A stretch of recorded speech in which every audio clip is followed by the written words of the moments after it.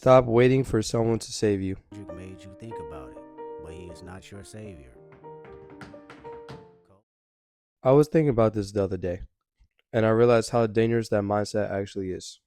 And Viktor Frankl's Man's Search for Meaning, where he tells a story of a friend who had a dream that they'd be freed from the enslavement camps that they were put into in the Holocaust during World War II times. And he prophesied his dream, he manifested it, he told it to everyone like, hey, March would be the month. They're coming to save us. I promise it. And he lived with this endearing hope every day. He had this motivation. He had this will to live, this passion. And unfortunately, that passion died when they failed to come save him. Example of someone that broke. And it made me realize that tying your survival, your progress, or your life to a specific moment in time for a savior or someone coming to save you is extremely dangerous. And I say that why? Because no one can tell the future. And maybe it can work once or twice, that emotional boost, that adrenaline rush, that sudden will to live. But what's going to happen the next time it happens? Are you going to keep doing that? It's not stability. It's not discipline. I think it's emotional gambling. Think about it like this. Let's say you're stuck in a desert for 7 days and you hear through the grapevine that someone's going to come save you on that 7th day. And let's say those days that you spent waiting for this person to come save you, you do not ration your food properly, you do not maximize your chances for survival, you do not take advantage of the little time you possibly have left in the situation. And let's say you go through those days and then day 7 comes and nothing. Not a sign from God, not a bird letting you know that someone's coming, no sign from anything at all, nothing. And then day 8, he shows up. And you know what's funny about that? Is let's say on that day 7, you panic, you have anxiety, you had depression. Maybe you went out into the ever deeper desert where you got lost, you didn't make it back. Let's say you decide to relieve yourself from the slow and painful death of dying in a desert. And the fact that he shows up on the day 8 is even crazier because it shows me one important difference. Long-term thinking can keep you alive. Short-term thinking can kill you.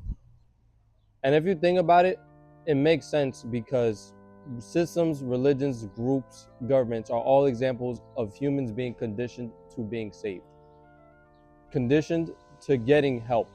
And I don't blame anyone for that because if you grow up in that environment, that's the only thing you know. Why would you expect anything less? People waiting on miracles. People making decisions thinking they'll be bailed out after.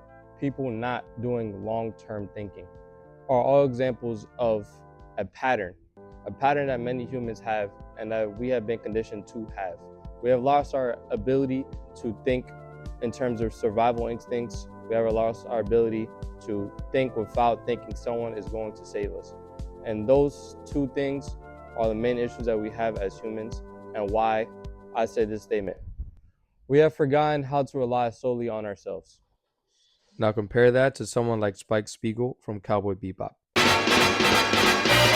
Yes, I know, I'm using an anime character. Multiple times in the show, he's in situations where he could die and he knows it.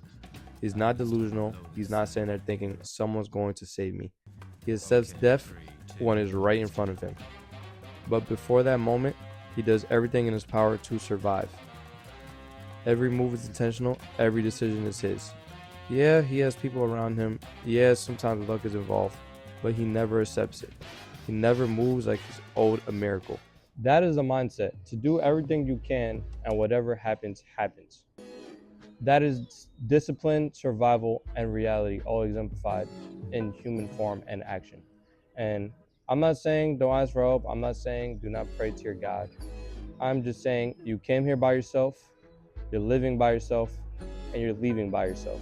Because the moment you start thinking that someone's going to save you, you start approaching life like there's a safety net or a try again button on the game of life that you're playing. You put a cap on the limits, the growth, and the potential you have as a human being. And I would also say that I'd rather you believe that they're not coming to save you than they are coming to save you, simply because of this. Is you, has always been you.